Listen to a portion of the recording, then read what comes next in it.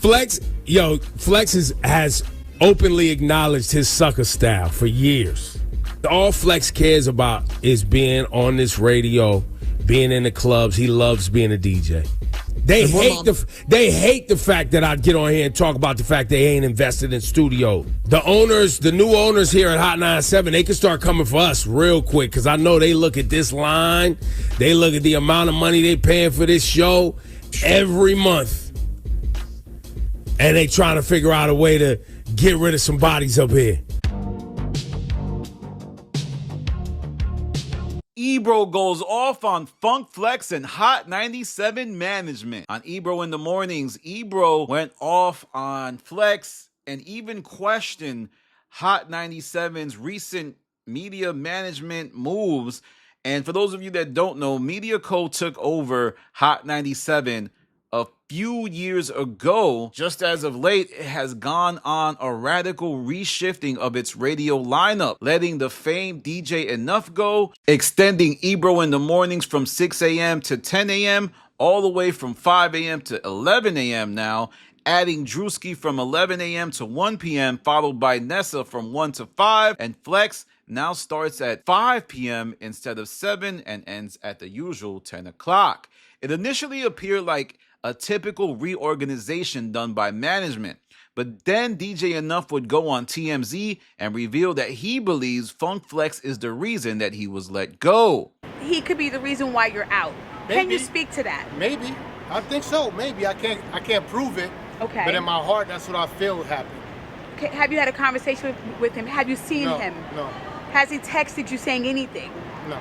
No communication at all. No. Now, it's important to remember that despite Hot 97 not having a program director, Funk Flex still has a position at Hot 97 called Creative Program Director, which would mean that he could urge the execs to make that kind of move. Now, it's crazy that DJ Enuff would even go on record saying this, but I did notice and tweeted out when this happened that Funk Flex and DJ Enuff didn't follow each other, and he essentially got the shaft when this new move was made, and it had to be some Flex Enuff tension.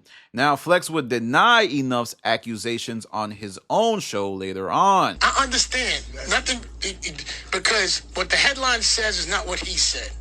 So, but I want to make sure we talk, because we use the word brotherhood. However, Ebro and his co-host would say that Flex misrepresented what actually happened. Bro, and he knows, you know the real story behind the Camilo and the Drewski and the time changes. Like, why are we lying, bro? Wait, what's the real we all story? know the real stories, bro. What's the real story? Enuff wasn't pushed out of any of those slots. Still, there's a big piece missing from all of this. While Ebro has painted Media Co, the new management of Hot 97, as evil corporate interlopers, Hot 97 has been succeeding against its competition in terms of ratings for the last 4 months, defeating Power 105.1. Now, I know that Power 105.1 is seen as this big beast in the belly of New York City, but for the last 4 months, essentially ever since the Lauren LaRosa Just Hilarious drama, the two haven't been really battling. Hot 97 is beating them soundly, and if you look back in time, there was a time when that wasn't fathomable. Hot 97 always lost to Power, but now the tables have turned, the tide has shifted, and we will see how things moving forward. Also, there was some big moves made by Media Co management to cut down on Hot 97's landmark festival, Summerjam, making it happen in a smaller venue and changing its radio format to be more inclusive of, I guess, worldly music, Bad Bunny, Doja Cat, that type of music, which I think helped them out format Power 105.1. Before Media Co took over, Hot 97 was still doing Summerjam in MetLife Stadium, which meant that they were paying a lot of money to book some big venue out and rarely seeing any return. Could it be that Ebro is trying to seize the narrative despite the fact that when he was Hot 97's program director, Hot 97 saw the lowest of its lows and would rarely, if ever, beat the Charlemagne-backed Power 105? Speaking of Charlemagne, what does his future in radio hold? As he gets soundly defeated in the radio ratings in big markets like New York and Atlanta, it's only a matter of time before his spot as the top dog at iHeart's urban-based radio format gets questioned. His safe act is yielding less and less returns, and with his contract coming up in 2026, could Charlemagne's almost 2-decade run at the Breakfast Club finally be over? And as Charlemagne's powers fade, is Ebro angling perhaps a possible go at being Power 105's replacement to Charlemagne? If you look back at what Charlemagne has been doing for the last few weeks on his own Brilliant Idiots and Breakfast Club, he went on this rant about how the Breakfast Club is still number one. I never look at ratings numbers, but when I think about Breakfast Club and we going into our 15th year, and we, number one in all of these different demos, not just in New York, by the way, all around the country, that guy is dope. Yeah. Because we've been doing it 15 years. But peep what he said. He said it was number one in certain demos. And he even posted something on his Instagram that didn't acknowledge that overall, he's number 2 to Hot 97 in New York City. Now, there's a lot of delusion going on, not just from Charlemagne, but also from folks at Ebro in the Morning, because they said something along the lines of DJ Enuff is killing it in the ratings, but on the books. That's not what Hot 97 wants. They want somebody who's destroying in the ratings. And they believe that now that Funk Flex is extending his hours, and Ness and Ebro, that they will soundly rout Power 105. So for all the upheaval at Hot 97, this new plan of making their most popular shows longer is a surefire way to widen the gap between them and Power. Then Ebro even goes in on Funk Flex, saying that he's willing to do the song and dance for the Hot 97 execs. What the hell is going on? Is Ebro trying to target Funk Flex? Because song and dance is crazy terminology. He's basically saying, hey, this guy's a shill. And he even said something along the lines of, yo, Funk Flex, as long as he's able to keep his radio show and DJ at clubs, he doesn't really care what's going on with other people. Basically, they're making Funk Flex look crazy. They're saying that all he cares about is maintaining his position in New York City radio. But is Ebro projecting here? Because I think that's what a lot of people say about Ebro.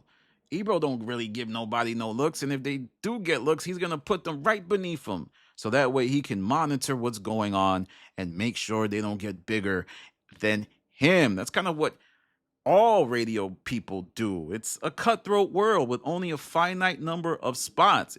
If it wasn't for podcasting, many people would not be able to break into the broadcasting field of media. And what I'm seeing is a lot of people carry water for Ebro, acting as if he was some great program director, when honestly, I mean, that's when Hot 97 started to fall apart, when Ebro took over. Let me know what you think. Do you think that Funk Flex backstabbed DJ Enuff? I don't think DJ Enuff, well, many people say he's a great personality in terms of that social aspect behind the, off the radio. On the radio, Funk Flex was king, and his type of persona just works. It doesn't matter how good you are in radio. If you can't deliver, you can't deliver. And to be quite honest, even though DJ Enuff was great at spinning records, he wasn't great at doing the theater of the mind. And now that we have Funk Flex going for longer, I hope he got a raise. And that was another thing Ebro mentioned, that Hot 97 did not tell him that he would be going from 5 a.m. to 11 p.m. So I wonder if they're going to give him a raise, because they're saying, they're like, yo, this guy is saying that they didn't even hit him up. They were just like, yo, you're going from 5 a.m. to 11 a.m. and that's that. Could it possibly be that they're doing like a best of from 5 a.m. to 6 p.m. and then extending some type of mixed show at 10 a.m. in order to keep the show going longer? Because really what it is brand recognition. If I have the best shows going longer, then it's easy and slim pickings to go against Power's, declining greats. I think it's time to have that conversation. Angie Martinez, while she is a great, as of now, she doesn't hold weight. That's right, I said it. She is just someone who interviews people now. And there's a lot of people who interview people now. When there wasn't that many people getting interviews, she stood out. But as the field grew deeper and deeper with competition, she is now fooled in terms of radio ratings, which is why you see that Hot 97 is bodying Power 105, because they don't give a damn about that old school radio stuff. Is you bringing the radio ratings or not? Get out the whip enough, you're not. Get out TT Torres, you're not. Oh, Rosenberg, you think that Enuff and TT and all of these people did do good ratings, but they did not do the radio ratings that we needed, so you need to go. And how long is Ebro going to be on air if he keeps challenging MediaCo? Well, I think he knows that the company would not like to let him go, because if they do let him go, the ratings could plummet, because he has them kind of in a great negotiation ploy. Like, Charlemagne will win the morning ratings if Ebro disappears, because there will be no name recognition. You can't do Rosenberg, because Rosenberg is like the hated man in New York City in terms of his radio opinions and music opinions. And there's no other heir apparent outside of Ebro. Laura Stiles isn't going to take it over. Like, what are you going to do? Do Funk Flex in the mornings? No, Funk Flex is the 5 to 10 drive time guy. And that is what is going on at Hot 97 and Power. This is just as much a Power video as it is a Hot 97 video, because the future is looking bleak for the people who run the radio shows at Power. Not iHeart. iHeart is fine. They can plug someone in and they'll be completely cool. But Charlemagne, Lauren, Jess, DJ Envy, what are you doing? That's what I think iHeart execs are thinking. But let me know what you think in the comments. With that said, follow me on Instagram, The Stop TV. Follow me on Twitter, The Stop TV. Follow me on Patreon. Oh boy, it's getting interesting on the streets of New York City. And I know a lot of people are going to say, Danny, who cares about New York City? New York City is important. There's about 8 million people in this small radius of mileage. So when people walk through the streets of New York City, when execs walk through the streets of New York City and they see people talking about certain morning shows, they be listening. Radio still matters. Radio has the highest conversion rate of ad dollars, right? All these other streaming sites, the money's getting split separate ways. But with radio, the only people spending the money is probably an ad agency. Whereas with places like Spotify and other web-based platforms, it's getting cut up. The dope is getting cut up a lot. Anyway, this is Danny from The Stop. Peace.